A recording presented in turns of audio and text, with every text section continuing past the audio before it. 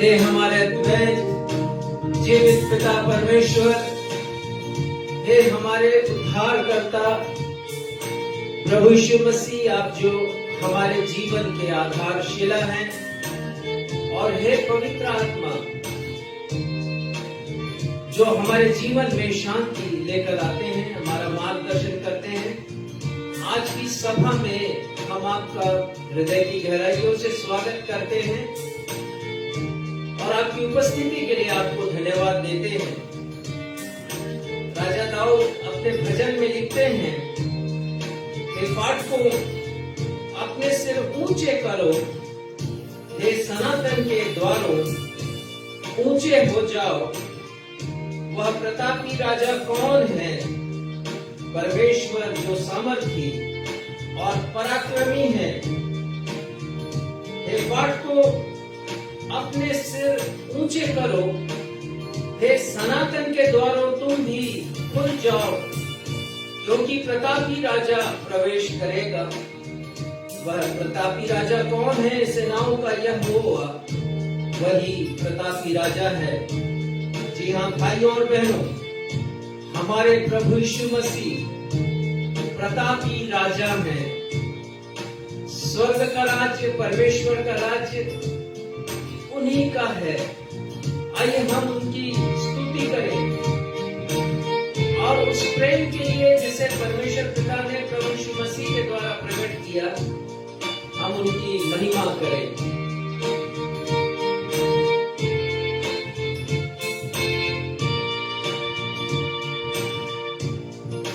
प्रभु तेरा प्यार सागर से भी है गहरा,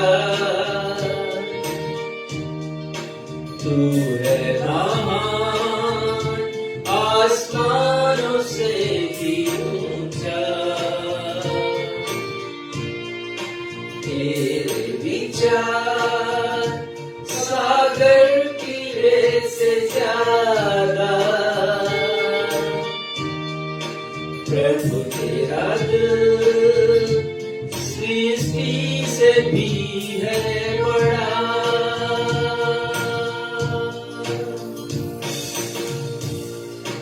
प्रभु मैं तुझसे प्यार करूं, प्रभु मैं तुझसे प्यार करूं, तेरी आराधना मैं करूं।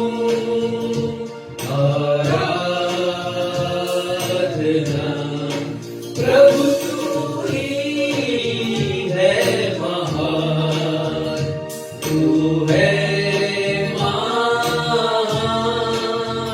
सिर्फ तू और कोई नहीं, सिर्फ तू और कोई नहीं, सिर्फ तू और कोई नहीं।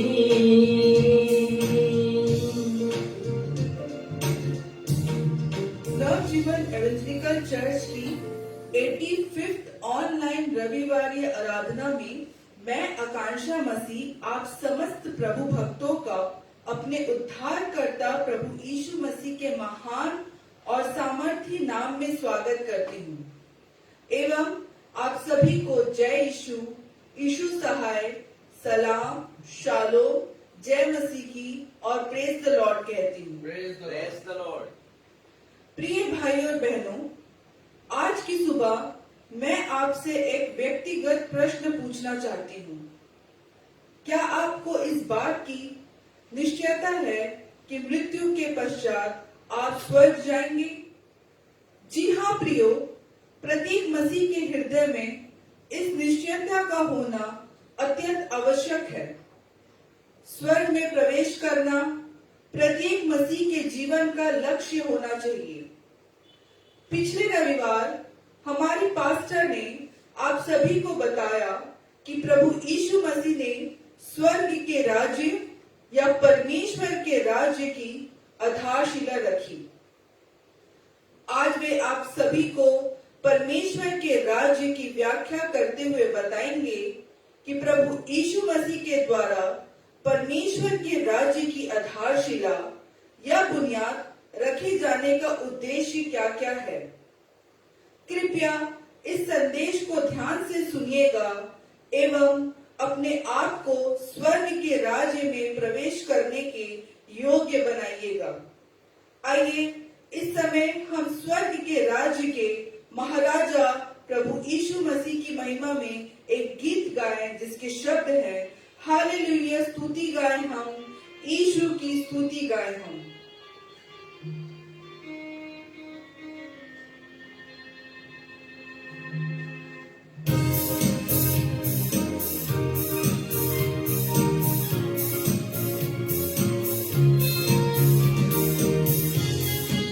जी हाँ प्यारे भाइयों और बहनों, हमारे प्रभु यीशु मसीह का नाम स्तुति, प्रशंसा, धन्यवाद और आदर के सर्वथा योग्य है।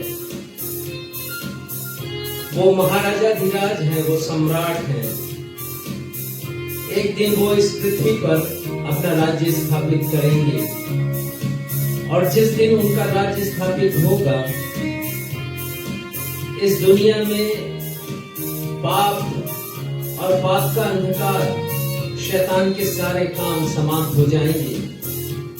सारा भेदभाव, सारा अन्याय, ये सब कुछ समाप्त होगा और हम जो मसीही हैं उस दिन की प्रतीक्षा कर रहे हैं। लेकिन जब तक वो दिन आता है हम अपने प्रभु यीशु मसीह की महिमा इस गीत के साथ करेंगे।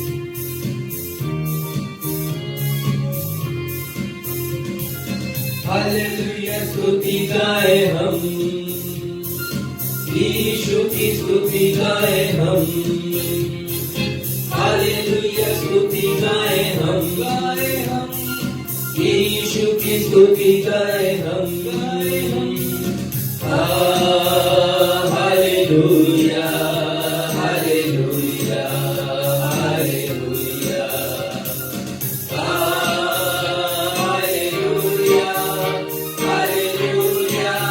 हालेलुया।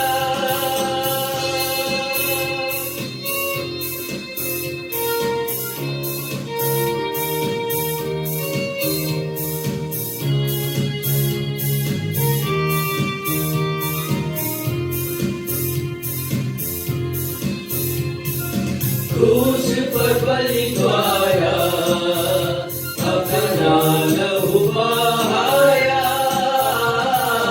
क्रूस पर बलि द्वारा अपना लहू बहाया। पाप को हटा कर साफ में दिया, हमको बचा दिया। पाप को हटा कर साफ में दिया, हमको बचा लिया। हालेलुया स्तुति गाए हम, यीशु की स्तुति गाए हम। हालेलुया स्तुति गाए हम, यीशु की स्तुति गाए हम। Hallelujah hallelujah hallelujah hallelujah hallelujah hallelujah.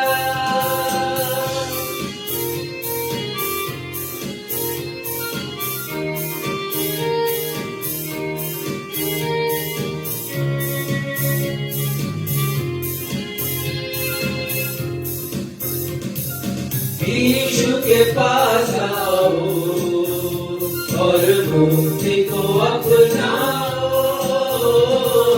Yeshu के पास आओ और मुक्ति को अपनाओ।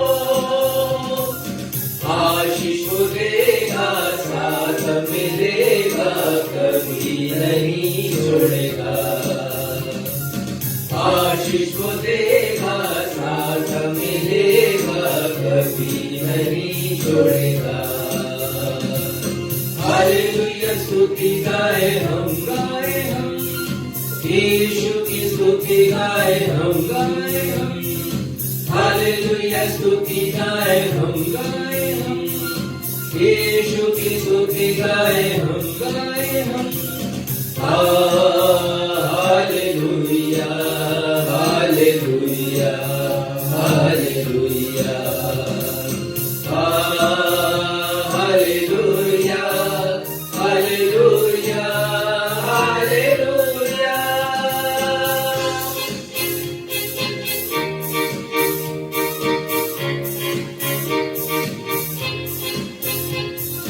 इस जीवन भर में तेरी सेवा करूंगा, इस जीवन भर में तेरी सेवा करूंगा, तेरी आत्मा पाकर तेरी चला कर आगे ही बढ़ता रहूंगा, तेरी आत्मा पाकर तेरी चला कर आगे ही बढ़ता रहूंगा।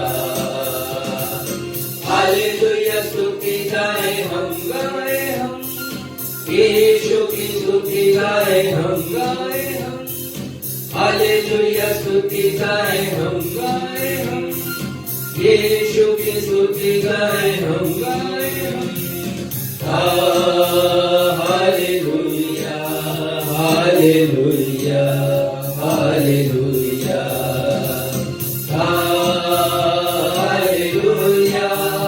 Hallelujah hallelujah.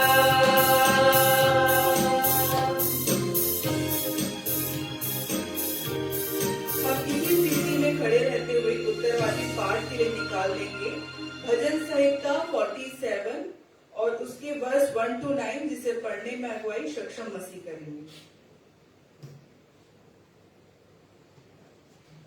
धर्मशास्त्र से हम सब मिलकर निकाल लेंगे भजन संहिता अध्याय 47, बुक ऑफ साम चैप्टर 47, और इस पूरे अध्याय को हम उत्तरवादी की रीति से पढ़ लेंगे जैसा कि हमारा दस्तूर रहा है, और 9वें यानी कि इस अध्याय के अंतिम पद को हम सब साथ में मिलकर के पढ़ लेंगे। भजन संहिता 47। हे देश देश के सब लोगों तालियां बजाओ, ऊंचे शब्द से परमेश्वर के लिए जय जयकार करो, क्योंकि यहोवा परम प्रधान और भय योग्य है, वह सारी पृथ्वी के ऊपर महाराजा है। वह देश देश के लोगों को हमारे सन्मुख नीचा करता और जाति जाति को हमारे पांवों के नीचे कर देता है।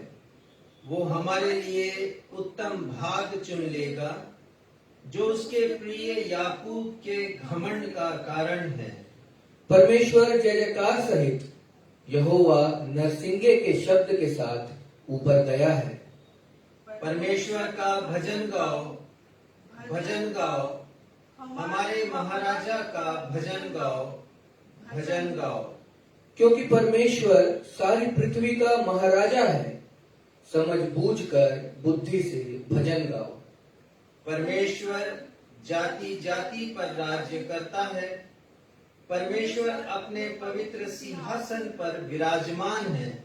हम सब साथ में मिलकर पढ़ लें।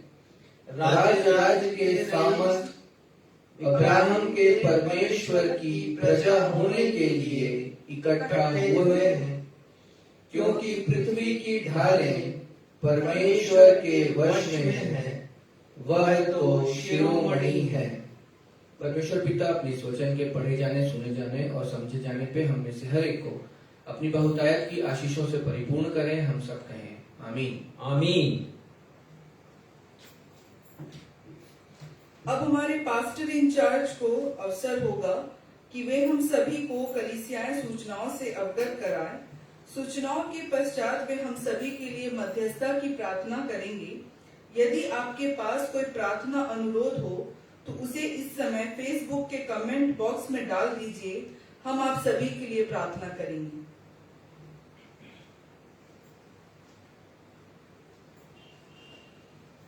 नवजीवन इवेंजलिकल चर्च की 85वीं ऑनलाइन आराधना में मैं आप समस्त दर्शकों का अपने उद्धारकर्ता प्रभु यीशु मसीह के अतुलनीय नाम में अभिवादन करता हूं। आप सभी को मैं जय मसीह की कहता हूं। श्रृंखलाबद्ध प्रार्थना अभियान नई समय सारणी के साथ कल आपको मिल जाएगा। जितने लोग श्रृंखलाबद्ध प्रार्थना अभियान के साथ जुड़े हुए हैं उनके लिए सूचना है। पर आप भी चाहते हैं कि आप प्रार्थना में शामिल हों, उसका एक हिस्सा बने, तो आप मुझसे संपर्क कर सकते हैं। पहले हम इसे प्रातः 4 बजे से रात्रि को 1 बजे तक रख रहे थे, लेकिन अभी हमने परिवर्तन किया है। प्रातः 4 बजे से तो प्रारंभ हो जाएगा, लेकिन रात्रि में थोड़ा हम कट शॉर्ट कर रहे हैं लोगों की सुविधाओं को ध्यान में रखते हुए। और साथ ही साथ यदि कोई प्रार्थना योद्धा किसी व्यस्तता के कारण या किसी अन्य कारण से अपने आप को अलग रखना चाह रहा है ये श्रृंखलाबद्ध प्रार्थना अभियान से, तो वो भी हमें सूचित करें, जिससे हम उनके स्थान पर किसी और को प्रार्थना के लिए रख सकें और हमारी प्रार्थना की कड़ी लगातार जारी रहे, टूटे नहीं।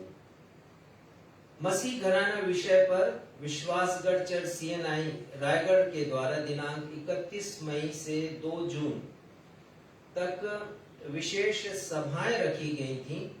हमारी कलीसिया को 31 मई अर्थात सोमवार को वचन की सहभागिता के लिए आमंत्रित किया गया था।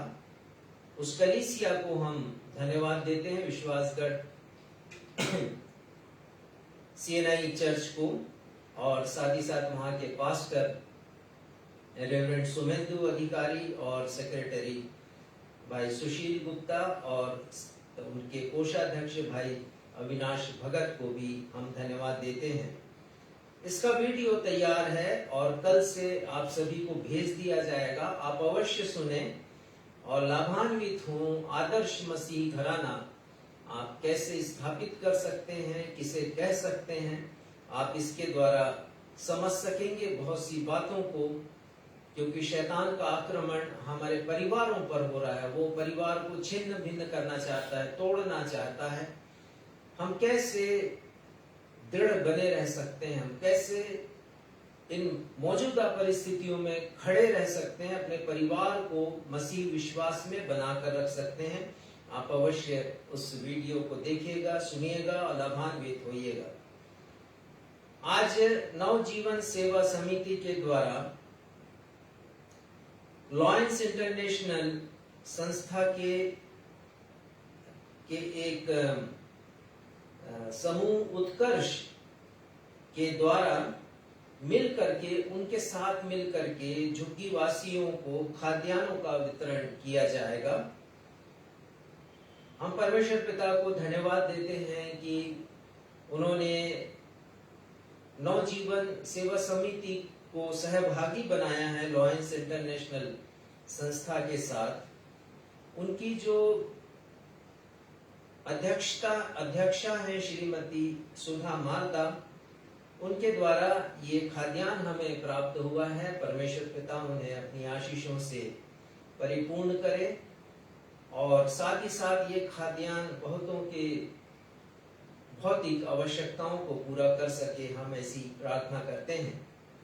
आने वाले रविवार 13 जून को हम प्रति वर्ष के अनुसार इस वर्ष भी 80 परिवारों को जो झुग्गियों में रहते हैं, घास फूस की झोपड़ियों में रहते हैं, उनके उस झोपड़ी को ढकने के लिए हम तिरपाल देंगे, ताकि मानसूनी वर्षा से वो अपने झोपड़ी को और उसके सामानों को जो उनके पास है बचा सकें। आप प्रार्थना कीजिएगा इस कार्य के लिए आने वाले रविवार को। साथ ही हम उन्हें कुछ उस दिन केवल तिरपाल नहीं देंगे, परंतु कुछ खाने की वस्तुएं भी हम उन्हें देंगे। जून माह में ही करीब 200 लोगों को हम दिन प्रतिदिन के उपयोग में आने वाली वस्तुओं का वितरण भी करेंगे, क्योंकि पहले भी मैंने आपको बताया कि इनमें से अधिकांश लोग भिक्षावृत्ति पर आश्रित हैं और पिछले कुछ समय से भिक्षावृत्ति बंद है और ये सारे लोग जाते हैं ऐसे स्थलों पर भीख मांगने के लिए जहां पर जनसमूह होता है। तो हम हमेशा ऐसे लोगों की फिक्र करते हैं नवजीवन सेवा समिति के द्वारा, और उन्हें हम उनके जरूरत का सामान दिया करते हैं। तो प्रतिदिन के उपयोग में आने वाली वस्तुएं जैसे कि शक्कर है, चाय पत्ती है, टूथपेस्ट है, ब्रश है, साबुन है, सैनिटाइजर है, आदि आदि अनेक वस्तुएं हैं जिनकी सूची हमारे पास होती है, और हम इन वस्तुओं का हैम्पर प्रत्येक परिवार को देंगे।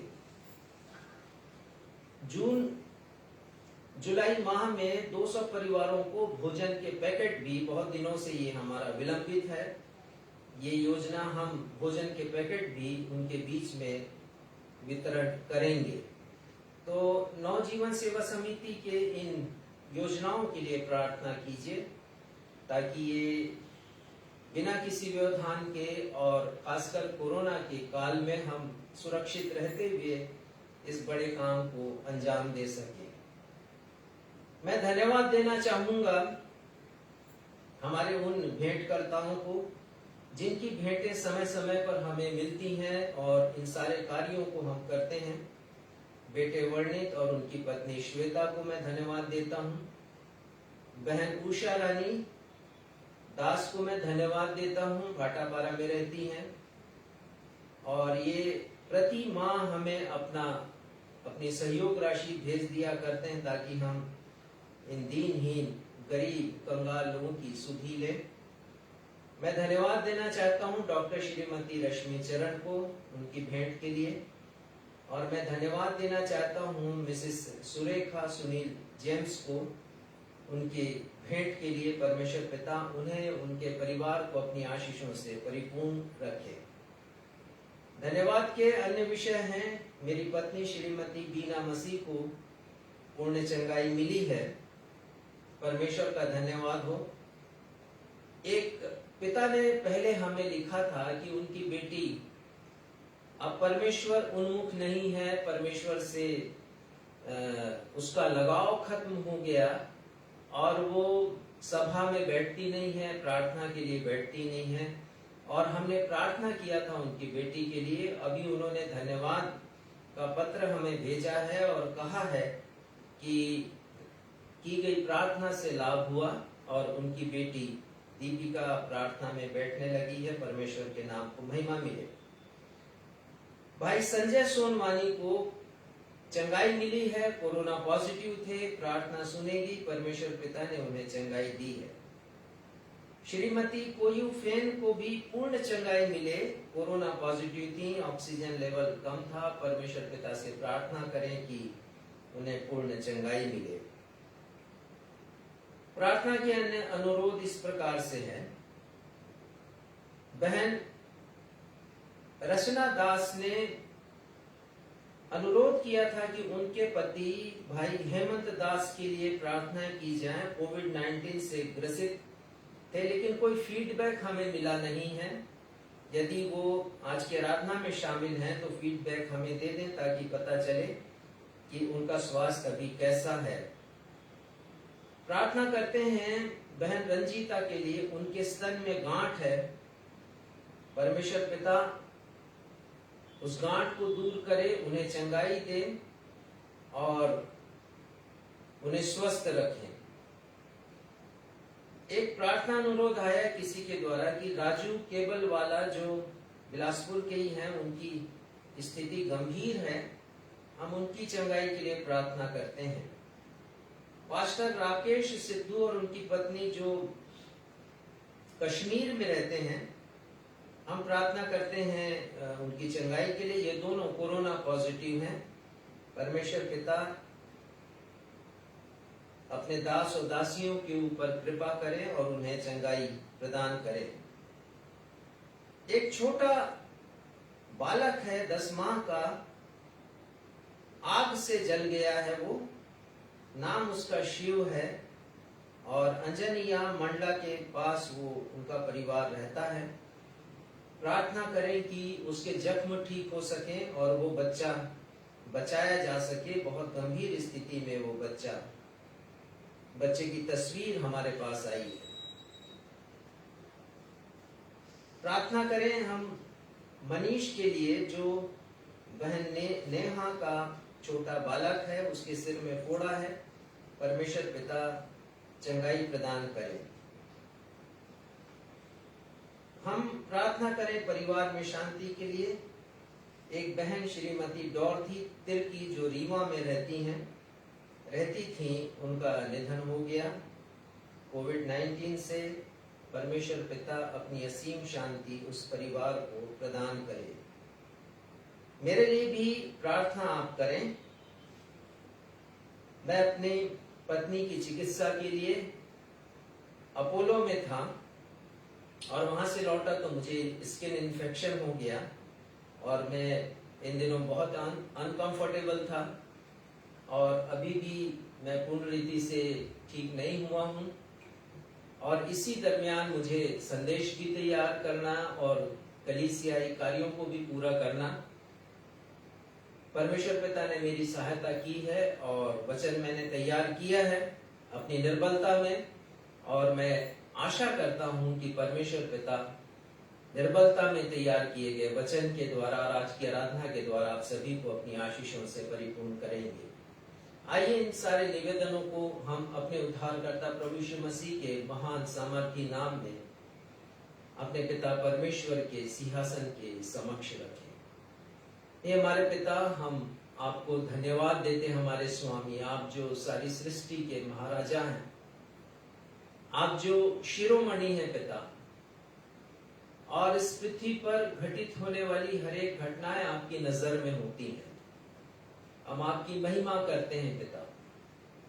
उस दिन की प्रतीक्षा हम करते हैं जब प्रभु यीशु मसीह प्रतापी राजा के रूप में आपके राज्य को इस पृथ्वी पर स्थापित करेंगे। हम धन्यवाद देते हैं पिता उस आशा के लिए जिसे आपने हमारे हृदय में दिया है। हम इन सारे निवेदनों को आपके समक्ष रखते हैं, विशेषकर आज के सेवा कार्य को जो हम झुग्गी बस्ती में करने वाले हैं। खाद्यान्नों के पैकेट हम देने वाले हैं जरूरतमंदों को पिता।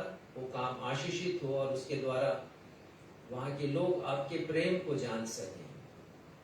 पिता धन्यवाद देते हैं लॉयंस इंटरनेशनल के लिए, जिन्होंने नवजीवन के साथ मिलकर के काम करना चाहा है। आप उस संस्था को, विशेषकर बहन सुधा को अपनी आशीषों से परिपूर्ण करें। और साथ ही साथ पिता हमारी बहन डॉक्टर श्रीमती शकुंतला जितपुरे के ऊपर भी आपकी आशीष का हाथ बना रहे।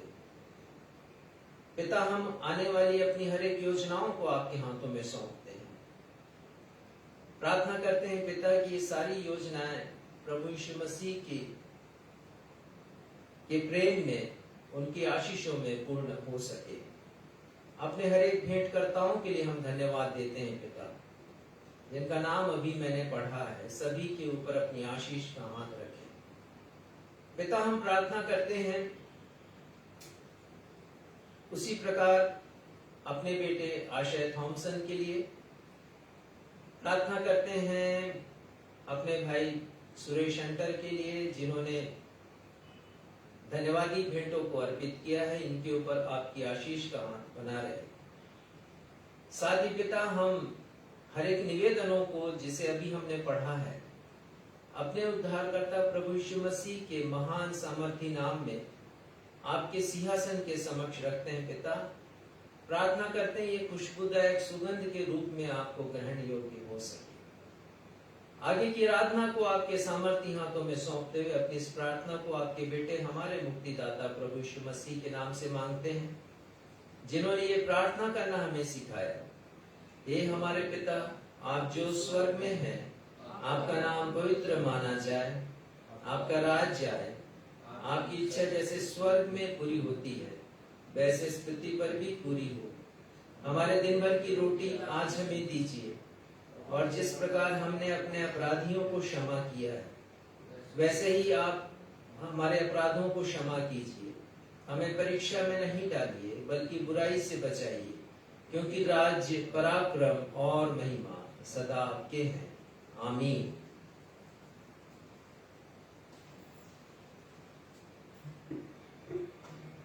अब हम सभी के लिए अवसर होगा कि हम अपनी अपनी भेंटे एवं धन्यवादी बेटों को देने के द्वारा परमेश्वर पिता की महिमा करें। इस समय हम सब मिलकर एक गीत गाएंगे जिसके शब्द हैं, तन मन और धन उसे दो, अपने यीशु को सब कुछ दो।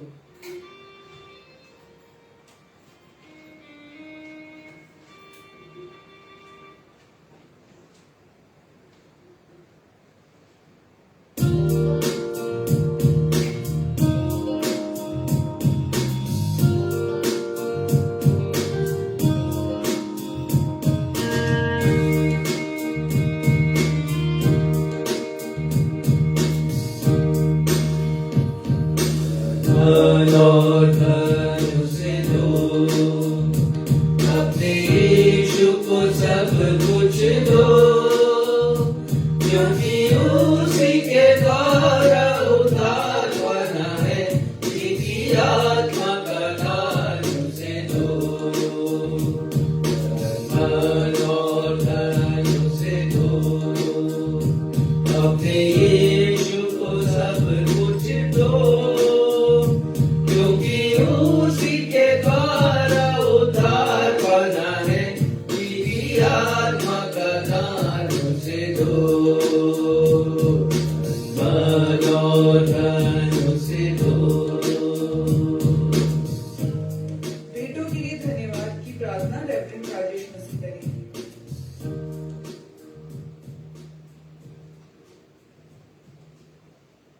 हे हमारे पिता, अपने उद्धारकर्ता प्रभु यीशु मसीह के अद्वितीय नाम में इस समय फिर से ये समूह अपने हर एक दर्शकों के साथ जो इस समय अपने अपने मोबाइल के समक्ष या अपने टेलीविजन के सामने बैठे हैं, उपस्थित हैं पिता, हम आपको हृदय की गहराइयों से धन्यवाद देते हैं। उन्हें दीजिए पिता, ये गीत के शब्द हमारे जीवन के शब्द वास्तविक अर्थ में बन जाएं। तन मन और धन उसे दो, अपने यीशु को सब कुछ दो। उन्हें दीजिए पिता, जिस यीशु ने हमें उद्धार दिया, जिस यीशु ने हमारे लिए अपने आप को क्रूस पर बलिदान किया और हमें बहुमूल्य तोहफा दिया साल्वेशन का, उद्धार का, हमारे पापों को क्षमा किया, आप तक पहुंचाया। उन्हें दीजिए पिता, हम उन्हें जीवित आत्मा का दान दें, अपने आप को अर्पित करें और अपने जीवन को इस योग्य बनाएं कि बहुत सी आत्माओं को बचाकर प्रभु यीशु मसीह के राज्य में, आपके राज्य में शामिल करा सके। पिता, हम प्रार्थना करते हैं जिन्होंने अपनी भेंटें अर्पित की हैं, उनमें से हर एक को अपनी आशीषों के से परिपूर्ण कीजिए प्रभु, आत्मिक आशीषों से विशेषकर। उन्हें दीजिए पिता, इनमें से प्रत्येक के जीवन में आत्मा के फल दिखाई दे, आपके स्वर्गीय राज की छाप स्पष्ट दिखाई दे, और होने दीजिए पिता, हम अपनी गवाही के द्वारा और ये सब लोग अपनी गवाही के द्वारा बता सकें कि हम एक आने वाले नगर की प्रतीक्षा में हैं। ये संसार हमारा घर नहीं, परंतु हम उस दिन की बाट जो रहे हैं जब प्रभु यीशु मसीह प्रतापी राजा बनकर इस पृथ्वी पर आएंगे और हम उनके नेतृत्व में, उनके पीछे पीछे उनका अनुसरण करेंगे।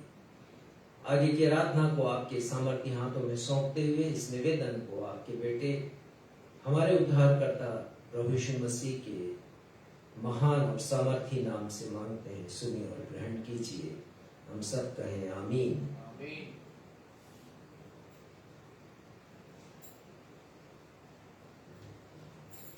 पवित्र शास्त्र से पाठों का पठन। पहला पाठ जो पुराने नियम से पाया जाता है, यशायाह 61 पद 1 से 2, जिसे पढ़ने में अगुवाई सक्षम मसीह करेंगे। दूसरा पाठ जो नए नियम से पाया जाता है, प्रकाशित वाक्य अध्याय 20 पद 4, 6 एवं 10, जिसे पढ़ने में अगुवाई मैं करूंगी।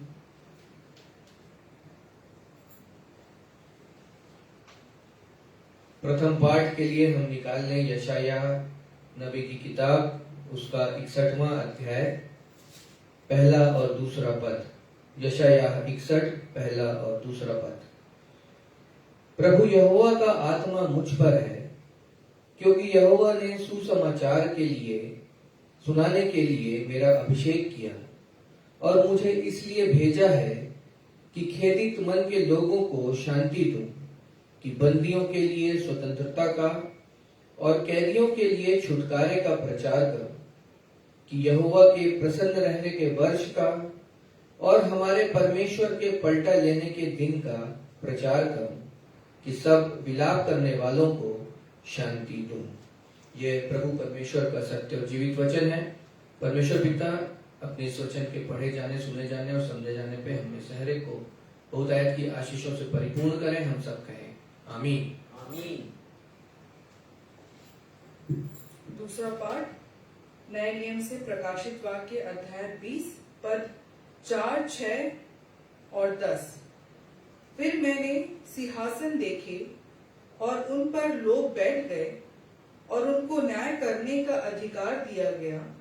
मैंने उनकी आत्माओं को भी देखा जिनके सिर यीशु की गवाही देने और परमेश्वर के वचन के कारण काटे गए थे, और जिन्होंने ना उस पशु की और ना उसकी मूर्ति की पूजा की थी और ना उसकी छाप अपने माथे और हाथों पर ली थी। वे जीवित होकर मसीह के साथ 1000 वर्ष तक राज्य करते रहे। पद 6। धन्य और पवित्र वह है जो इससे पहले पुनरुत्थान का भागी है। ऐसों पर दूसरी मृत्यु का कुछ भी अधिकार नहीं, पर वे परमेश्वर और मसीह के याजक होंगे और उसके साथ 1000 वर्ष तक राज्य करेंगे। पद 10। उनका भरमाने वाला शैतान आग और गंधक की उस झील में, जिसमें वह पशु और झूठे भविष्यवक्ता भी होंगे, डाल दिया जाएगा, और वे रात दिन युगानुयुग पीड़ा में तड़पते रहेंगे। परमेश्वर अपने पढ़े हुए वचन पर आशीष दे। हम सब कहें आमीन। आमीन। सुसमाचार पाठ के लिए हम निकाल लेंगे लूका रचित सुसमाचार अध्याय 4 पद 16 से लेकर 22 तक, जिसे पढ़ने में अगुवाई रेवरेंड राजेश मसीह करेंगे। लूका अध्याय 4 पद 16 से 22।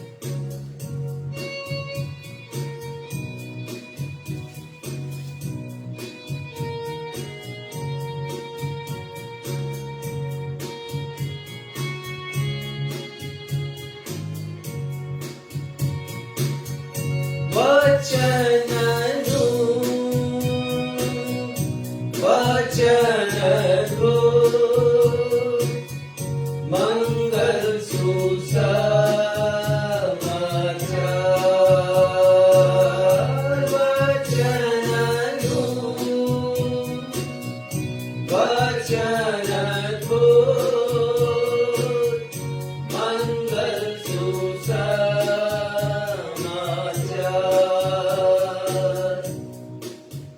आज का सुसमाचार का पाठ लूका रचित सुसमाचार उसका 4था अध्याय पद 16 से लेके पद 22 तक।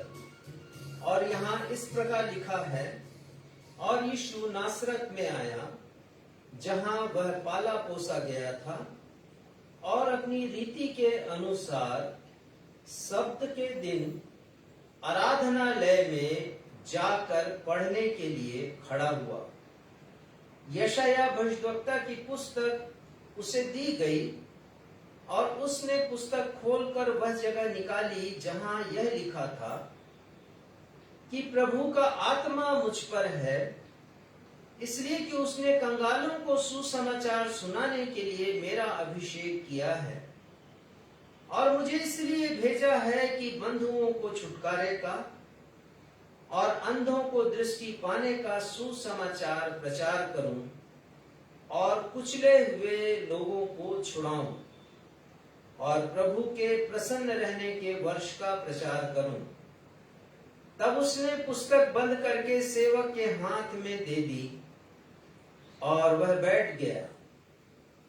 तब आराधनालय के सब लोगों की आंखें उस पर लगी थीं। तब वह उनसे कहने लगा, कि आज ही यह लेख तुम्हारे सामने पूरा हुआ है।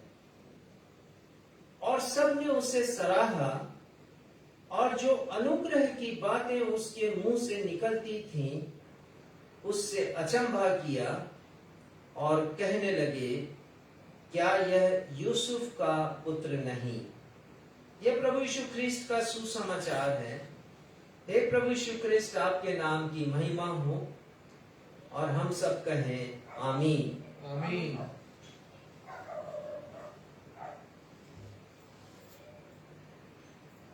आइए अब हम परमेश्वर पिता के दास रेवरेंड राजेश मसीह से इस सप्ताह की आत्मिक ऊर्जा प्राप्त करने के लिए संदेश सुन सकेंगे। आज के प्रचार का विषय है प्रभु यीशु मसीह के द्वारा परमेश्वर के राज्य की आधारशिला रखे जाने के उद्देश्य भाग 2, the purpose of laying foundation of kingdom of God by the Lord Jesus Christ, part 2।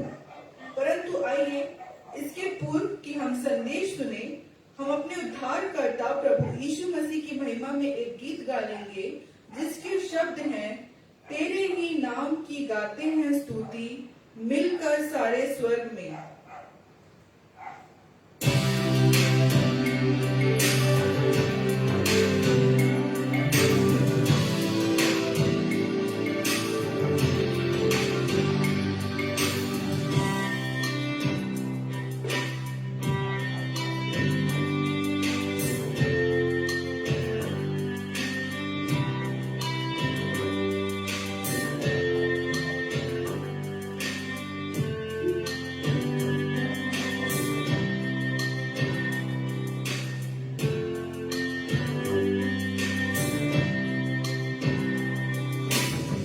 तेरे ही नाम की गाते हैं स्तुति मिलकर सारे स्वर्ग में। वो गाते, तू है पवित्र जो था और है और जो आने वाला है। आदर और महिमा मिले तुझे ही, योग्य तू ही सदा। लेकिन प्रभु चाहता तू ये गीत मुझ पापी से गाऊंगा मैं तेरे लिए। हालेलुया हालेलुया होशना गाऊंगा प्रभु तेरे लिए। Hallelujah hosanna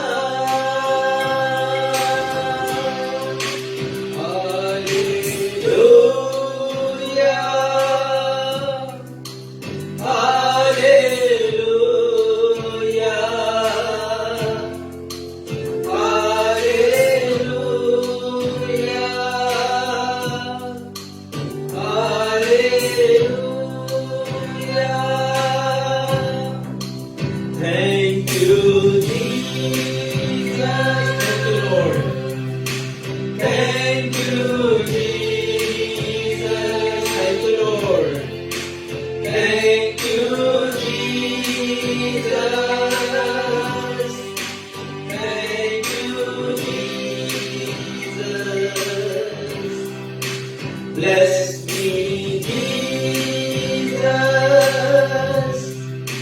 Bless me, Jesus. Bless me with your word, Lord. Jesus. Bless me, Jesus.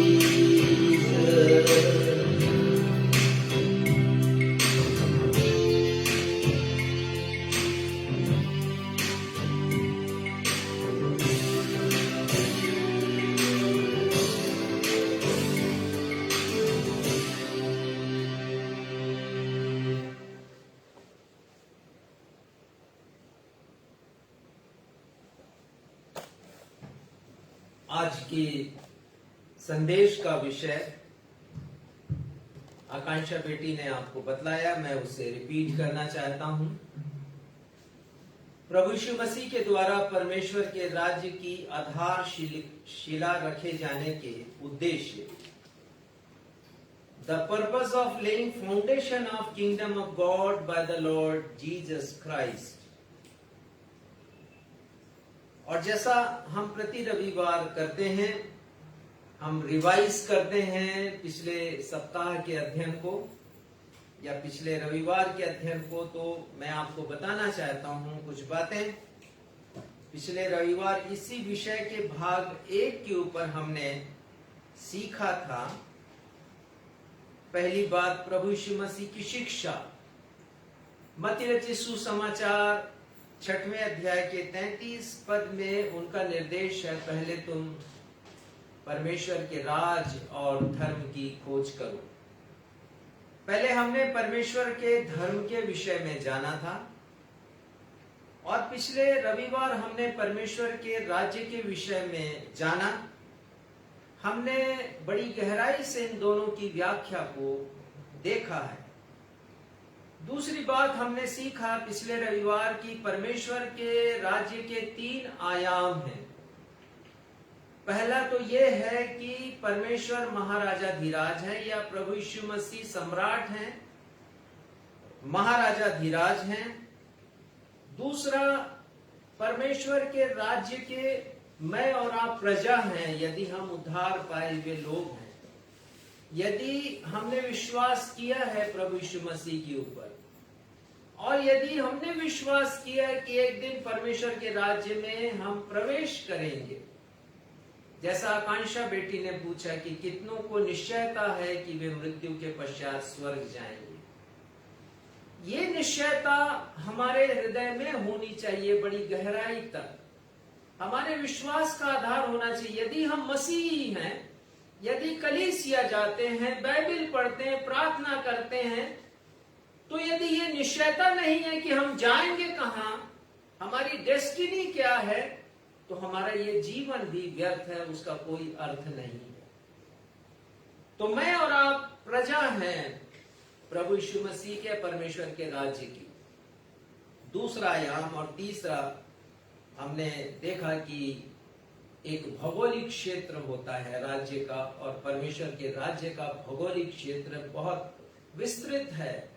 मनुष्य के पास गणना नहीं है कितना विशाल है ये पूरा जगत, ये पूरी सृष्टि मानवीय समझ के परे है, और कुछ बातों को मैंने आपको बताया था। तीसरी बात हमने ये देखा कि परमेश्वर की योजना के अनुसार सही समय पर, ठीक समय पर प्रभु यीशु मसीह ने परमेश्वर के राज्य को इनॉग्रेट किया। मरकुस 1:15 में आया है कि जब समय पूरा हुआ, प्रभु यीशु मसीह ने प्रचार करना प्रारंभ किया। परमेश्वर की योजना के अनुसार इसकी रूपरेखा प्रभु यीशु मसीह ने बताई परमेश्वर के राज्य की।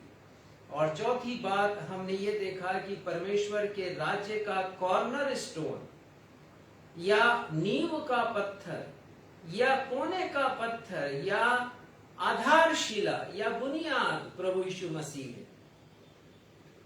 और मैंने बताया था आपको कि कॉर्नर स्टोन बड़ा महत्वपूर्ण होता है, क्योंकि वो 2 दीवारों को जोड़ता है आपस में, और इन 2 दीवारों की मजबूती उस कोने के सिरे के पत्थर पर आश्रित होती है।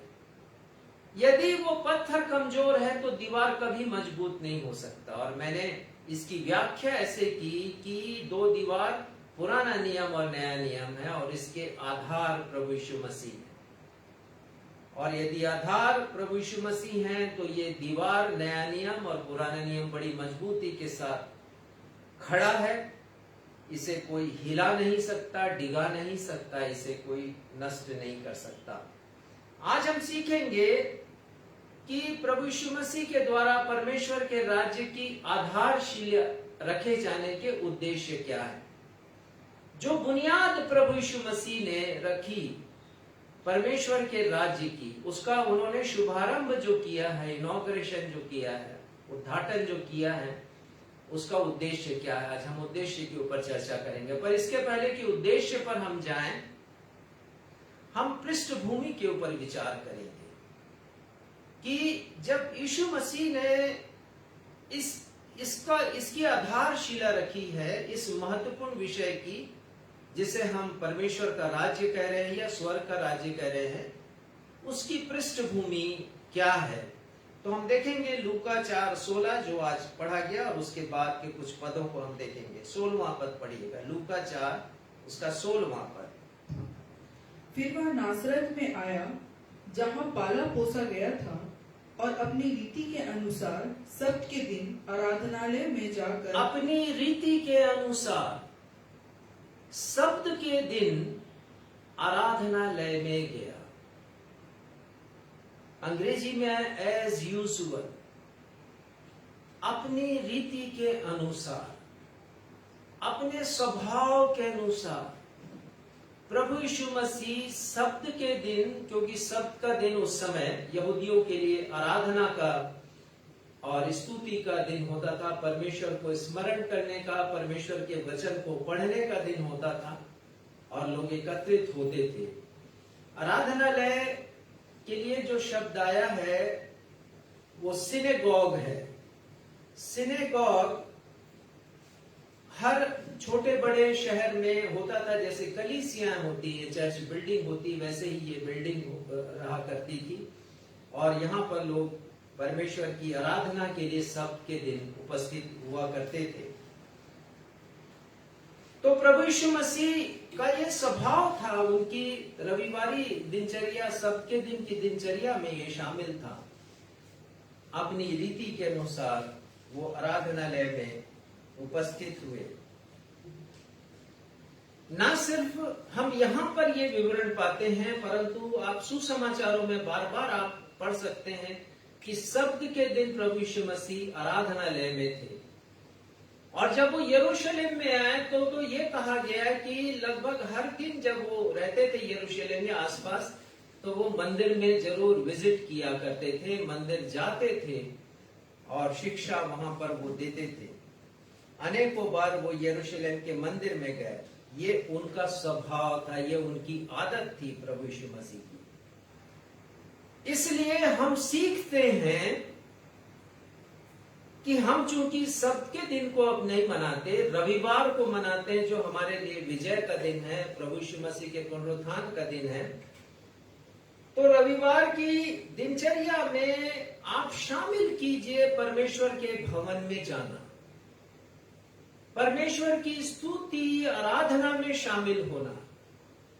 ये आपकी आदत में शुमार होना चाहिए। आत्मिक कलीसिया में जाएं, नामधारी कलीसिया में नहीं, जहां पर आपको कुछ भी नहीं मिलता। आत्मिक रूप से आप उस कलीसिया में जाएं जहां पर आत्मिकता की भरपूरी है, जहां वचन की गहराई है, जहां पवित्र आत्मा की उपस्थिति है, त्रिएक परमेश्वर की उपस्थिति है। आप अवश्य जाएं। प्रभु यीशु मसीह से हम इस बात को सीख सकते हैं। और इन दिनों जबकि कलीसिया बंद है, तो कलीसिया के द्वारा ऑनलाइन सर्विसेज चलाई जा रही है, न सिर्फ हमारी कलीसिया के द्वारा परंतु दूसरी अन्य कलीसियाओं के द्वारा भी। आप अवश्य उसमें शामिल होइए। ये आपकी आदत में शुमार होना चाहिए।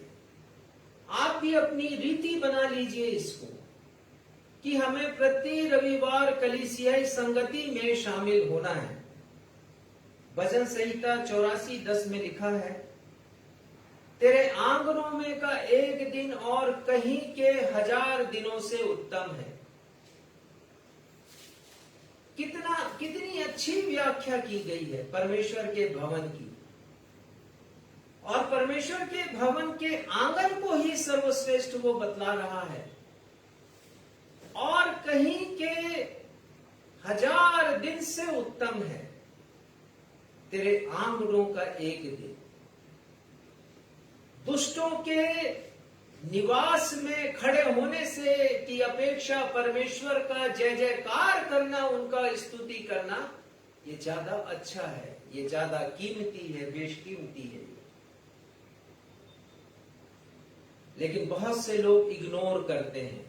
सीखना चाहिए प्रभु यीशु मसीह से, हमें अपनी रीति के अनुसार वो आराधनालय गया है। एक कलीसिया में मुझे प्रचार करने बुलाया गया, और जब मैंने प्रचार किया तो मैंने देखा कि महिलाओं की संख्या अधिक है, पुरुषों की संख्या कम है। तो मैंने पूछा क्या बात है, इस शहर में महिलाएं ही काफी हैं क्या, कलीसिया में पुरुष नहीं है? तो बताया गया कि नहीं, पुरुष भी हैं। मैंने कहा वो तो दिखाई नहीं दे रहे हैं। तो किसी ने कहा कि पुरुष लोग यहाँ संडे के दिन, छुट्टी का दिन, मछली मारने चले जाते हैं। कोई अपनी गन लेकर के शिकार खेलने चला जाता है। ये उनकी आदत है, ये उनका स्वभाव है, उनकी रीति है, ये गलत है। एक कलीसिया में मुझे बुलाया गया, मैं गया वहां पर कोई अनुशासन नहीं। लोग किसी भी समय आ रहे हैं और लोग किसी भी समय उठ करके जा रहे हैं। जब भेंट देने का, इकट्ठा करने का समय आया, संग्रह करने का समय आया, मैंने देखा कई लोगों ने भेंटें डाली और उठ के चले गए। जब होली कम्युनियन का समय आया तब कई लोग उसके पहले आ रहे हैं। हम प्रभु यीशु मसीह से सीखें, अनुशासन सीखें। कितना अच्छा वर्णन हम यहाँ पर पाते हैं। आप पढ़िएगा इसी के आगे 16वें पद में। अनुसार सब्त के दिन आराधनालय में जाकर पढ़ने के लिए खड़ा हुआ। पढ़ने के लिए खड़ा हुआ। परमेश्वर के वचन को बैठे बैठे नहीं पढ़ा उन्होंने, ये उनकी रीति थी। आदर दिया है परमेश्वर के वचन को। यशाया की किताब निकाली और वहां पर से उन्होंने संदर्भ लिया है, और वो संदर्भ ठीक ऐसा ही है जैसा उन्होंने उस दिन कहा है जिस दिन आधारशिला उन्होंने रखी परमेश्वर के राज्य की। परमेश्वर के वचन को पढ़ने के लिए खड़े हुए। हम जब भी परमेश्वर के वचन को कलीसिया में पढ़ें, परमेश्वर के वचन के आदर में, सम्मान में अपने स्थान पर खड़े हो जाएं। बहुत सी कलीसियाओं में मैंने देखा कि जब परमेश्वर का वचन पढ़ा जाता है तो लोग बैठे रहते हैं। सीखें प्रभु यीशु मसीह से। खड़े हुए हैं प्रभु यीशु मसीह, आदर दिया है उन्होंने, अनुशासन में है प्रभु यीशु मसीह। वहां पर वो जो कि स्वयं वचन है, वो जो कि स्वयं सृष्टि करता है, वो जो कि स्वयं त्रिएक परमेश्वर है, वो खड़े हुए हैं। जरा सीखें तो सही है। इसीलिए हमारी कलीसिया में और कुछ कुछ अन्य कलीसियाओं में, विशेषकर चर्च ऑफ नॉर्थ इंडिया में मैंने देखा, जब वचन का पाठ होता है तब कलीसिया पूरी खड़ी हो जाती है, पर एक रीति विधि को करने के लिए नहीं। हृदय में आदर होना चाहिए, सम्मान होना चाहिए इस वचन के प्रति जिसका प्रदर्शन प्रभु यीशु मसीह ने किया है। कई कलीसियाओं में विधिवत वचन पढ़ा भी नहीं जाता। मैं पहले चर्च ऑफ नॉर्थ इंडिया में था पास्टर। वहां मैंने एक बड़ी अच्छी बात सीखी कि वचन को बहुत महत्व दिया जाता है। 4 संदर्भ जरूर पढ़े जाते हैं, और वो मैंने सीखा है। उत्तरवादी की रीति से एक पाठ, और उसके बाद पुराने नियम से एक पाठ नए नियम से या पत्रियों से, और एक पाठ सुसमाचार से।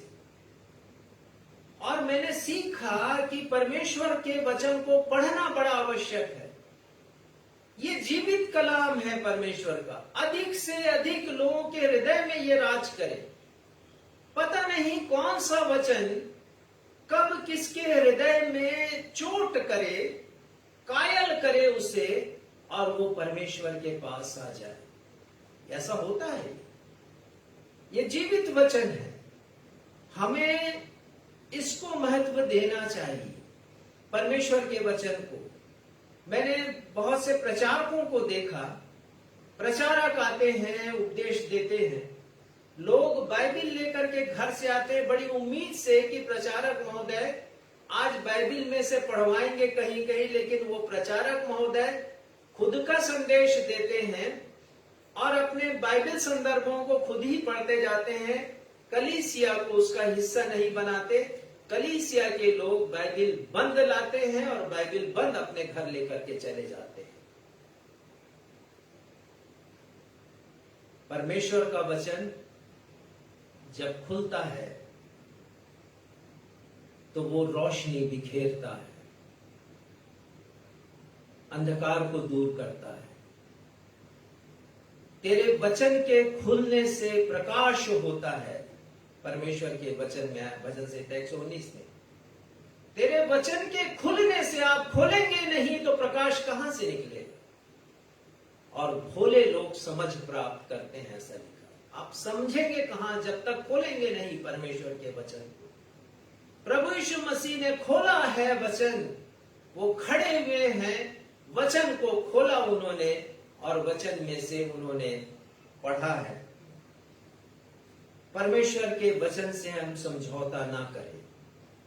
किसी ने मुझे समझाइश दिया कि ऑनलाइन सर्विस लंबी हो रही है और आप 4 जगह से पढ़ते हैं और इसको आप उसी हिस्से को पढ़िए जिस पर आपको संदेश देना, बाकी आप अपने संदेश के मध्य में उनका उल्लेख कीजिए। मैंने कहा कि नहीं, हम ऐसा नहीं करेंगे। ये परमेश्वर का वचन है, हमें सम्मान देने की आवश्यकता है। जीवित वचन है, वचन अनूप, वचन अद्भुत, मंगल सुसमाचार।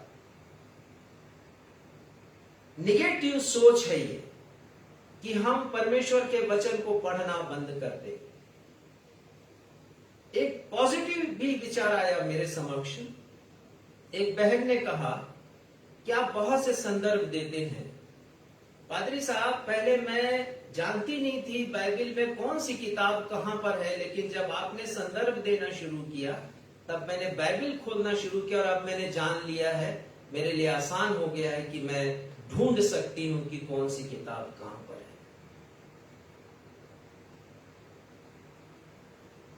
प्रभु यीशु मसीह नासरत के सिनेगॉग में, आराधनालय में गंभीर है।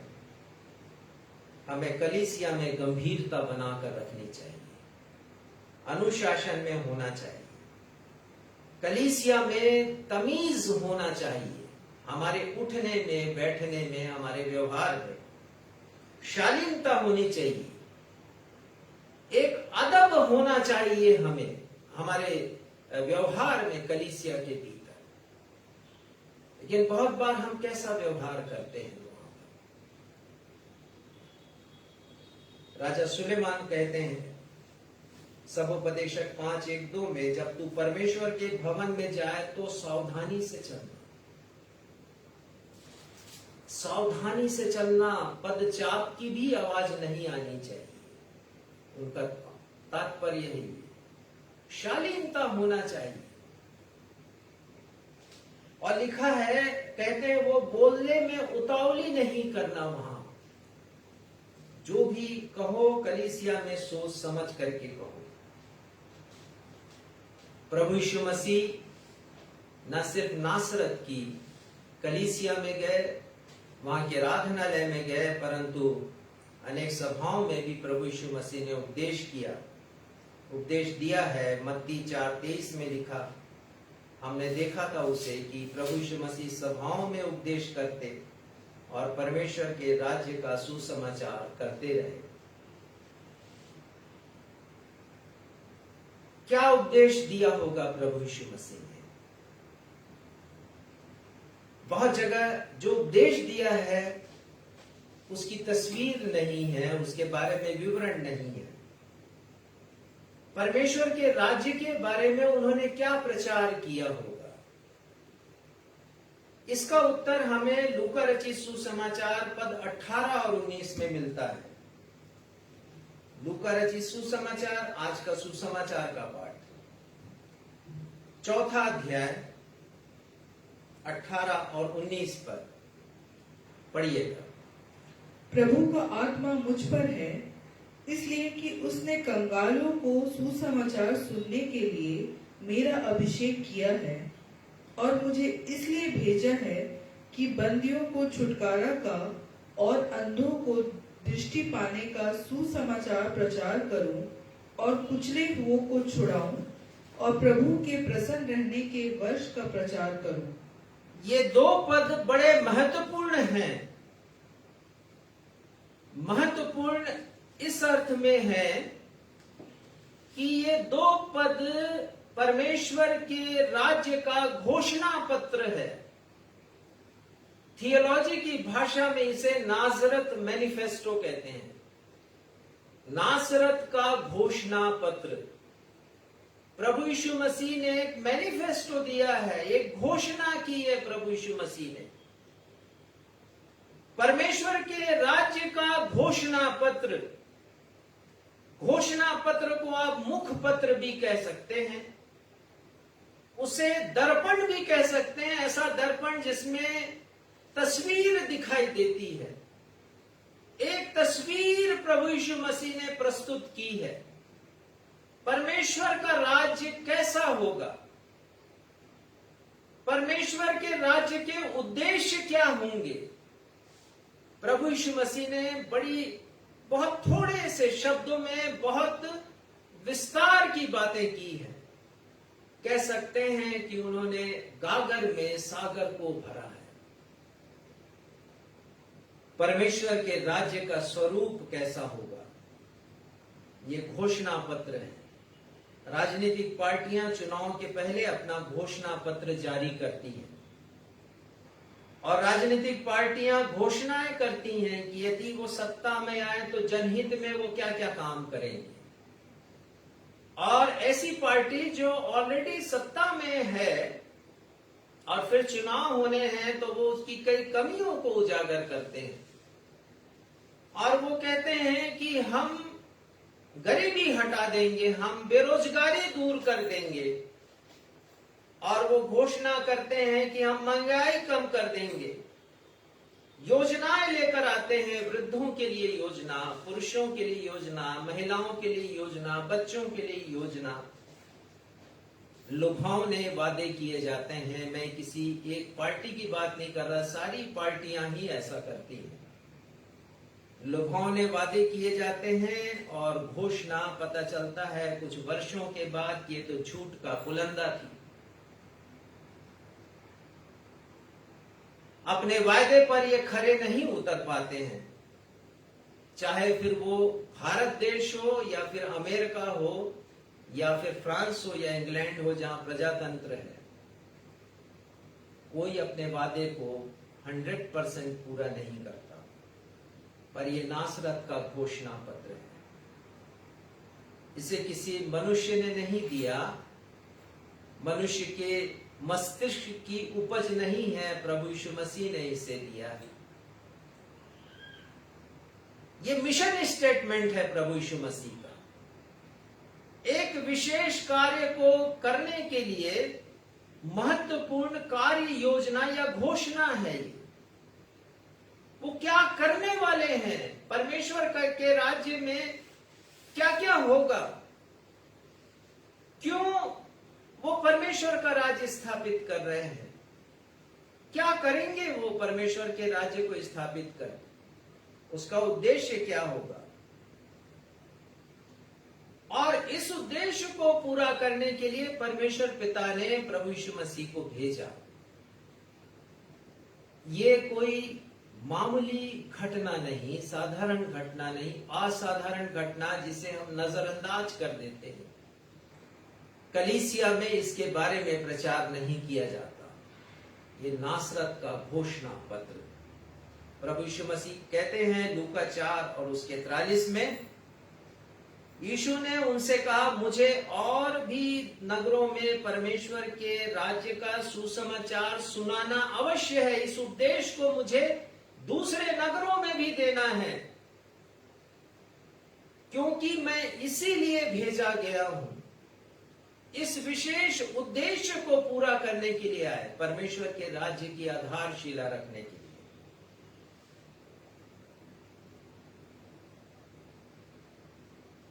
प्रभु यीशु मसीह का मिशन स्टेटमेंट, और इस मिशन स्टेटमेंट को मिशनरियों ने अपनाया, बहुत कुछ अपनाया मिशनरियों ने,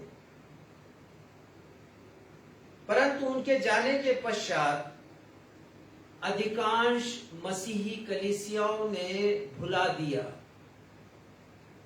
परमेश्वर के राज्य के उद्देश्यों को, जिसके बारे में प्रभु यीशु मसीह ने कहा। आजकल सब कलीसियाओं के एजेंडा बदल गए हैं। परमेश्वर के राज्य की कोई चर्चा नहीं करना चाहता। नासरत का घोषणा पत्र तो दूर की बात है। हो सकता है कि आप शायद पहली बार सुन रहे हो नासरत घोषणा पत्र, नासरत मैनिफेस्टो के बारे में। प्रभु यीशु मसीह ने इस घोषणा पत्र को जारी किया। केवल संत लूका ने, डॉक्टर लूका ने इसका वर्णन किया, और किसी सुसमाचार में आप इसका उल्लेख नहीं पाएंगे। परंतु जो घोषणा किया उसका विवरण, उसका कार्य जरूर पढ़ेंगे सुसमाचारों में। एक छोटे से नगर नासरत में, जहां पर प्रभु यीशु मसीह पाले पोसे गए, जहां ब्रॉटअप हुए वो, जहां उन्होंने अपने जीवन को आगे बढ़ाया, उस छोटे से नगर में, उस नगर की छोटी सी आराधनालय में प्रभु यीशु मसीह ने इस घोषणा को किया है। चर्चा हो रही थी प्रभु यीशु मसीह के विषय में। नथानियल थे, यदि आप पढ़ें यूहन्ना पहला अध्याय और उसके 42-43 पद से आगे, तो नथानियल नामक एक व्यक्ति का जिक्र है जो परमेश्वर के भय में रहा करते थे। और जब चर्चा हो रही थी कि प्रभु यीशु मसीह नासरत से आए हैं, तब उनका कमेंट क्या था, उनकी टीका क्या थी इसके विषय में। वो क्या कहते हैं, यूहन्ना पहला अध्याय के 46 पद में, नथानियल ने कहा, क्या कोई अच्छी वस्तु नासरत से निकल सकती है? वो उनका इशारा यीशु मसीह की तरफ था कि यदि वो मसीहा हैं, यदि वो परिवर्तनकारी हैं, यीशु मसीह रिवॉल्यूशनरी हैं, तो क्या नासरत से ऐसी वस्तु निकल सकती? वो एक कटाक्ष के रूप में उन्होंने अपनी इस बात को कहा। लेकिन मैं समझता हूं कि इसका दो अर्थ है। प्रभु यीशु मसीह नासरत से जरूर वो पाले पोसे गए, वहां पर बढ़े वहां पर, लेकिन उनका जन्म नहीं हुआ था नासरत में। उनका जन्म तो बैतलहम में हुआ था। पर परमेश्वर ने उसी छोटे से नगर से एक बहुत बड़ी घटना को अंजाम दिया कि वहां पर परमेश्वर के राज्य की आधारशिला रखी गई, बुनियाद रखी गई इस विश्व के लिए, एक छोटे से शहर से। और हम परमेश्वर के सामर्थ्य को तब देखते हैं जब छोटी छोटी बातों के द्वारा परमेश्वर बड़े बड़े काम करते हैं। मूसा से पूछा उन्होंने, मूसा तेरे हाथ में क्या है? उसने कहा लाठी। सिर्फ एक लाठी के प्रभाव से, उसके बल पर, उसके दम पर लाखों इस्राएलियों को छुटकारा मिला। जानना कितना अनुभव है, अद्भुत है ये।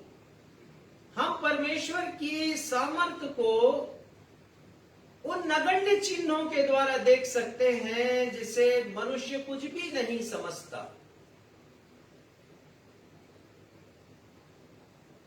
अद्भुत काम किया परमेश्वर ने। प्रभु यीशु मसीह के केवल 12 शिष्य, लेकिन लिखा कि जगत को उल्टा पुल्टा करने वाले लोग आए। अद्भुत काम किया प्रभु यीशु में परमेश्वर पिता ने। नासरत से अच्छी वस्तु निकली, बहुमूल्य वस्तु निकली, बेशकीमती निकली। वहां पर प्रभु यीशु मसीह ने घोषणा की है परमेश्वर के राज्य की। संपूर्ण मानव जाति के लिए एक महत्वपूर्ण दस्तावेज है। लू का रचित सुसमाचार का 4 अध्याय का 18 और 19वां पद।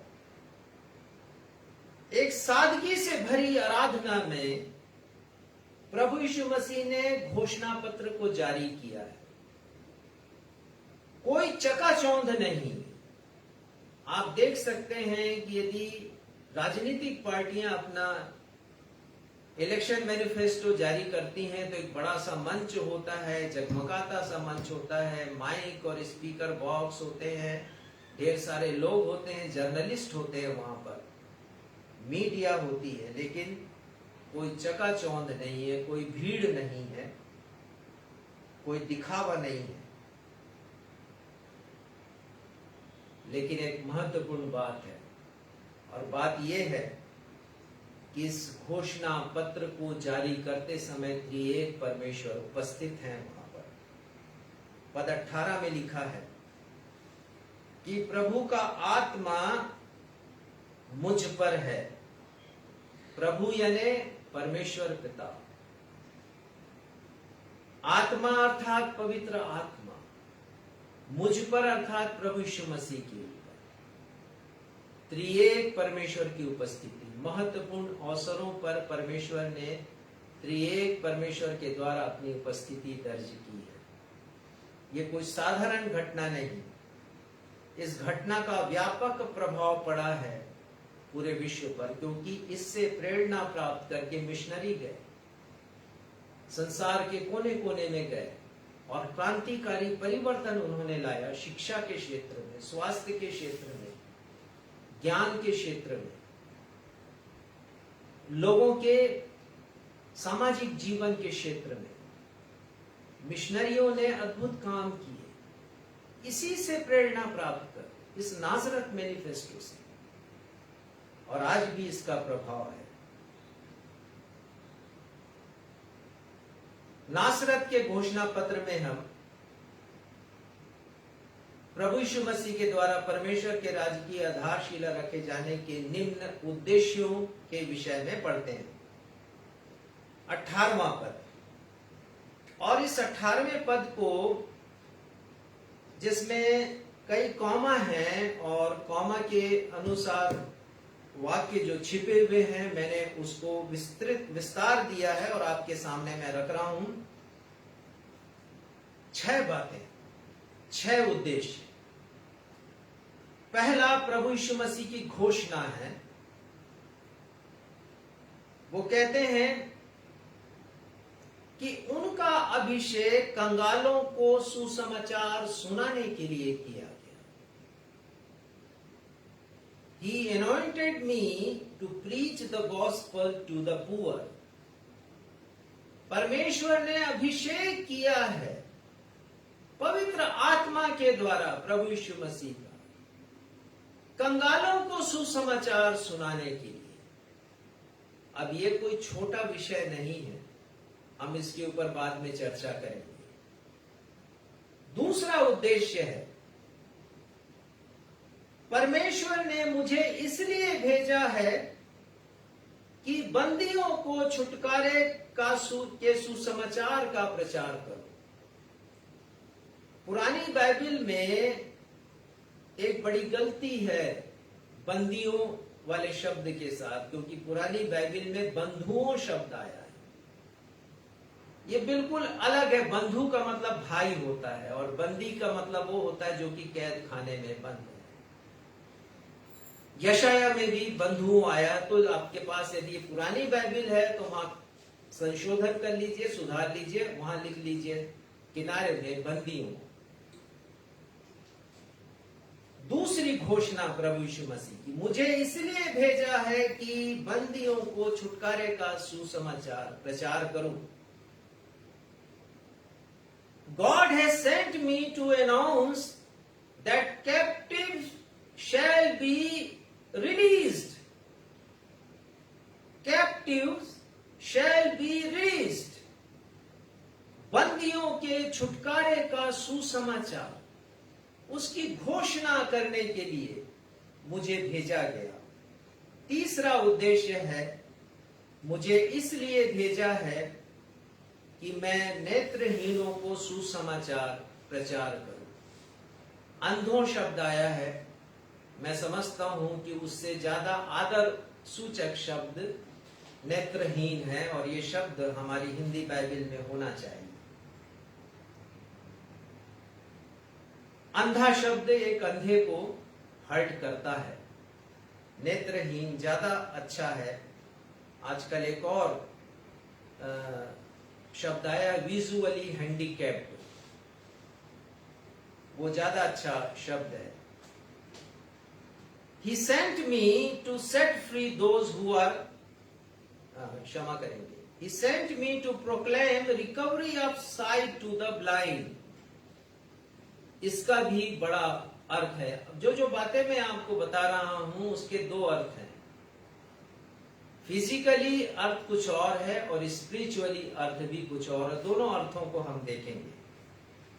चौथी बात है, परमेश्वर ने मुझे इसलिए भेजा है कि कुचले हुओं को सुसमाचार प्रचार करूं। God has sent me to set free those who are oppressed, कुचले हुए लोगों को। और एक और बात लिखी गई है, लेकिन वो केवल किंग जेम्स वर्जन में है, हमारी बाइबल हिंदी बाइबल में नहीं है वो उद्देश्य, और ना दूसरे अन्य बाइबल में भी मैंने उस उद्देश्य को पाया है। सिर्फ किंग जेम्स वर्जन में वो है, और मुझे बहुत ही अच्छा लगा है वो उद्देश्य, आपके सामने रखना चाहूंगा। यद्यपि यशायाह उसका वर्णन करते हैं। परमेश्वर ने मुझे इसलिए भेजा है कि मैं व्यथित हृदय, खेदित मन वालों, टूटे हृदय वालों को शांति दूं, उन्हें चंगाई दूं। God has sent me to heal the broken hearted। ये प्रभु यीशु मसीह की घोषणा है, पांचवी घोषणा। और छठवीं बात वो कहते हैं 19वें पद में, लूका 4:19वें पद में, प्रभु के प्रसन्न रहने के वर्ष का प्रचार करो। I have sent to proclaim the year of the Lord's favor। Favour का मतलब परमेश्वर के अनुग्रह का, परमेश्वर की तरफदारी का, परमेश्वर के एहसान का प्रचार करो। परमेश्वर के अनुग्रह का। तो ये 6 उद्देश्य हैं जिसके बारे में हम विस्तार से चर्चा आने वाले रविवार को करेंगे। पर आप इसे ध्यान से पढ़िएगा, आप जितना समझ सकते हैं उतना समझिएगा। 2 बातें और मैं आपसे कहना चाहता हूं। प्रभु यीशु मसीह ने कहा 21वें पद में, लूका 4:21वें पद में, तब वह उनसे कहने लगा, आज ही यह लेख तुम्हारे सामने पूरा हुआ है। आज ही यह लेख तुम्हारे सामने पूरा हुआ। तुमने सुना है उसको और परमेश्वर ने उसे पूरा किया है। कौन सा लेख? यशायाह 61 उसका पहला और दूसरा पद। यहां पर हमने पढ़ा है वही बातें जिसे प्रभु यीशु मसीह ने दोहराया है। भविष्यवाणी की गई थी यशायाह नबी के द्वारा कि परमेश्वर का राज्य ऐसे उदय होगा। परमेश्वर के राज्य के उद्देश्य, पर्पस क्या क्या होंगे, पहले से उसने बता दिया। प्रभु यीशु मसीह ने उसकी व्याख्या की। परमेश्वर का राज्य उस दिन से प्रारंभ हुआ जिस दिन प्रभु यीशु मसीह ने अपना पहला उपदेश अपने ही नगर, जहां वो पाले पोसे गए, नासरत में प्रभु यीशु मसीह ने प्रदान किया। परमेश्वर का राज्य अविनाशी राज्य है। कोई भी ताकत, संसार की कोई भी ताकत इसे हिला नहीं सकती, इसे नष्ट नहीं कर सकती, इसे कमजोर नहीं कर सकती। मैं जब भी अपने शहर से बाहर जाता हूं, किसी दूसरे शहर, तो ऐतिहासिक इमारतों को देखने का मुझे बड़ा शौक है। और जब मैं जाता हूं तो मैं सोचता हूं इमारतों को देखकर, जो खंडहर बन चुके होते हैं, मैं सोचता हूं कि एक समय ऐसा रहा होगा कि जब यहाँ सम्राट रहता होगा, उसकी राजशाही होगी और ऐसा लगता हो कि उसके राज का कभी अंत नहीं होगा। लेकिन उन खंडहरों को देख करके मैं समझता हूं कि हर चीज का इस दुनिया में एक समापन है। फिर वो चाहे रोमन सभ्यता हो, चाहे बेबीलोन की सभ्यता हो, चाहे वो मोहनजोदड़ो की सभ्यता हो, या हमारे देश के राजा महाराजाओं के महल हो, किसी समय आलीशान रहे होंगे, किसी समय उनका शौर्य वहां पर दिखता होगा, उनकी सामर्थ्य नजर आती होगी, लेकिन आज वे सब खंडहर बन गए। परमेश्वर का राज्य कभी ऐसा नहीं होगा, क्योंकि इसकी बुनियाद प्रभु यीशु मसीह ने रखी। इसकी बुनियाद में त्रिएक परमेश्वर मौजूद। प्रकाशित वाक्य 3:7 में प्रभु यीशु मसीह फिलाडेल्फिया की कलीसिया के दूत को कहते हैं लिख ले, और वो कहते हैं, पढ़िएगा प्रकाशित वाक्य 3 उसका 7वां पद, जो पवित्र और सत्य है और जो दाऊद की कुंजी रखता है, जो दाऊद की कुंजी रखता है। आगे, जिसके खोले हुए को कोई बंद नहीं कर सकता और बंद किए हुए को कोई खोल नहीं और सकता। ये अद्भुत है। प्रभु यीशु मसीह कह रहे हैं जिसके खोले हुए को कोई बंद नहीं कर सकता, जिसके बंद किए हुए को कोई खोल नहीं सकता। वो सामर्थ्य है प्रभु यीशु मसीह में। जिसको बंद किया वो हमेशा के लिए बंद है यदि यीशु मसीह उसे ना खोले, और यदि जिसे खोल दिया तो तब तक के लिए वो खुला है जब तक वो स्वयं उसको बंद ना करे। प्रभु यीशु मसीह ने इस आधारशिला को रखा है। कोई परमेश्वर के राज्य को समाप्त नहीं कर सकता। परमेश्वर का राज्य अदृश्य रूप में मेरे और आपके हृदय में है। हम आगे सीखेंगे इसके बारे में। जिस समय आप प्रभु यीशु मसीह को मुक्तिदाता कर ग्रहण करते हैं, पापों की क्षमा प्राप्त करते हैं, उद्धार आपको मिलता है, स्वर्ग का राज्य आप में स्थापित होता है।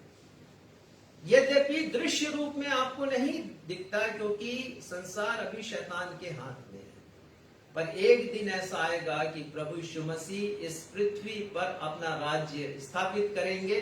प्रकाशित वाक्य 20वें अध्याय में हमने देख लिया कुछ पदों में, 1000 वर्षों के लिए शैतान बांध दिया जाएगा, और तब मैं और आप प्रभु यीशु मसीह के साथ राज्य करेंगे। अद्भुत वो समय होगा हम सभी के लिए। दूसरी बात हम देखते हैं यहां पर लूका 4:22 में लिखा है कि सुनने वाले सुनते रह गए। प्रभु यीशु मसीह के मुंह से अनुग्रह की बातें निकलती थी। परमेश्वर का राज्य ना सिर्फ उस दिन से प्रारंभ हुआ जिस दिन नासरत में प्रभु यीशु मसीह ने परमेश्वर के राज्य की आधारशिला रखी, परंतु उसी दिन से अनुग्रह का युग भी प्रारंभ हुआ। ये दो बातें एक साथ प्रारंभ हुई। अनुग्रह की बातें प्रभु यीशु मसीह के मुंह से निकलती थी। उसी दिन जिस दिन नासरत के आराधनालय में प्रभु यीशु मसीह उपस्थित है, त्रिएक परमेश्वर की उपस्थिति में उन्होंने परमेश्वर के राज्य की नींव रखी और परमेश्वर का राज्य प्रारंभ हुआ, और उसी दिन से अनुग्रह का काल मेरे और आपके लिए प्रारंभ हुआ। परमेश्वर के राज्य में प्रवेश किसी व्यक्ति की योग्यता या प्रवीणता पर आधारित नहीं होगी कि कितना इंटेलिजेंट है वो, कितनी डिग्रियां हैं उसके पास, कितने मेडल्स हैं उसके पास, परंतु केवल और केवल by the grace of God, केवल परमेश्वर के अनुग्रह से, जिसके बारे में संत पौलुस कहते हैं विश्वास के द्वारा अनुग्रह ही से तुम्हारा उद्धार हुआ, और ना तुम्हारे कर्मों के कारण। कोई ना सोचे कि मेरे कर्मों के कारण। तो आइए आने वाले रविवार से हम इन 6 उद्देश्यों के बारे में मनन करेंगे, गहराई से मनन करेंगे और समझेंगे कि परमेश्वर का राज्य की हम प्रतीक्षा में हैं, मैं और आप। जैसे इब्रानी के लेखक कहते हैं कि हम आने वाले नगर की खोज में हैं। 14 पद, इब्रानी 13 और 14 पद। क्योंकि यहाँ हमारा कोई स्थिर रहने वाला नगर नहीं, वरन हम एक आने वाले नगर की खोज में हैं। और जब तक हम उस आने वाले नगर की खोज में हैं, हम परमेश्वर की महिमा करें, परमेश्वर की आराधना करें, उसके राज्य को और धर्म को जब तक जीवित हैं हम खोजते रहें। आइए आज की आराधना के अंत में हम सब मिलकर इस कोरस को गाएं। संडे स्कूल में, यूथ में हमेशा गाया जाता है, क्यों ना हम सब गाएं इसे। Seek ye first the kingdom of God and his righteousness, and all these things shall be added unto you. Hallelujah, hallelujah.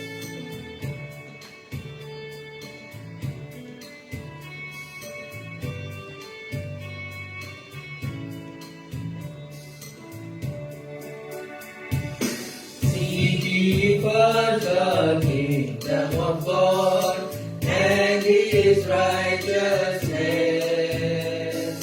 and all these things shall be added unto you.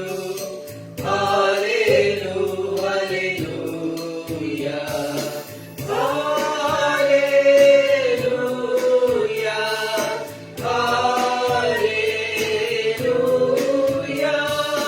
hallelujah, hallelujah, hallelujah. पहले तुम ढूंढो ईश्वर का राज और उसकी धार्मिकता, तब सारी चीजें तुम्हें मिल जाएंगी। Hallelujah, hallelujah, hallelujah,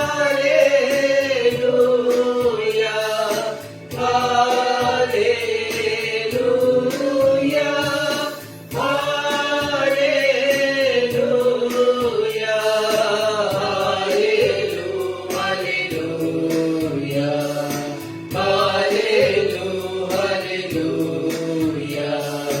hallelujah, hallelujah, hallelujah. हाँ हमारे पिता, हमारे परमेश्वर पिता, हम हालेलुया कहते हैं, हम आपकी स्तुति करते हैं प्रभु। स्वर्ग के राज्य को, परमेश्वर के राज्य को इस पृथ्वी पर स्थापित करने के लिए और हमें अवसर देने के लिए कि हम उसके सदस्य बन सके, उसके नागरिक बन सके। प्रार्थना करते हैं पिता, प्रभु यीशु मसीह की आज्ञा के अनुसार जब तक हमारी आखिरी सांस है, हम इस परमेश्वर के राज्य को और गहराई से जाने, खोजें पिता, पड़ताल करें, ढूंढें उसको, उसे अपना लें पिता, ताकि आपके पास हम हमेशा रहें। हम देख सकें आपको और प्रभु यीशु मसीह को सिंहासन पर बैठे हुए, और हम देख सके पिता कि हम आपके शरण में हमेशा हमेशा के लिए, आपके राज्य में, जहां पर कोई गरीब नहीं होगा, जहां पर कोई कुचला हुआ नहीं होगा, जहां पर कोई बंदी नहीं होगा, जहां पर कोई आत्मिक दृष्टि से नेत्रहीन नहीं होगा, जहां भेदभाव नहीं होगा, जहां अन्याय नहीं होगा, जहां शांति का साम्राज्य होगा, जहां आप होंगे, हम होंगे और स्तुति गान होगा। पिता, आज के अध्ययन के लिए हम आपको धन्यवाद देते हुए अपनी इस प्रार्थना को आपके बेटे हमारे उद्धारकर्ता प्रभु यीशु के नाम से मांगते हैं, सुनिए और ग्रहण कीजिए। आशीष ग्रहण करेंगे। अब हमारे द्वैत पिता परमेश्वर का प्रेम, हमारे उद्धारकर्ता प्रभु यीशु मसीह का अनुग्रह और शांतिदायक पवित्र आत्मा की सहभागिता हम में से हर एक के साथ अब से लेकर सदा लोग बनी रहे। हम सब कहें आमीन। आमीन। जय मसीह।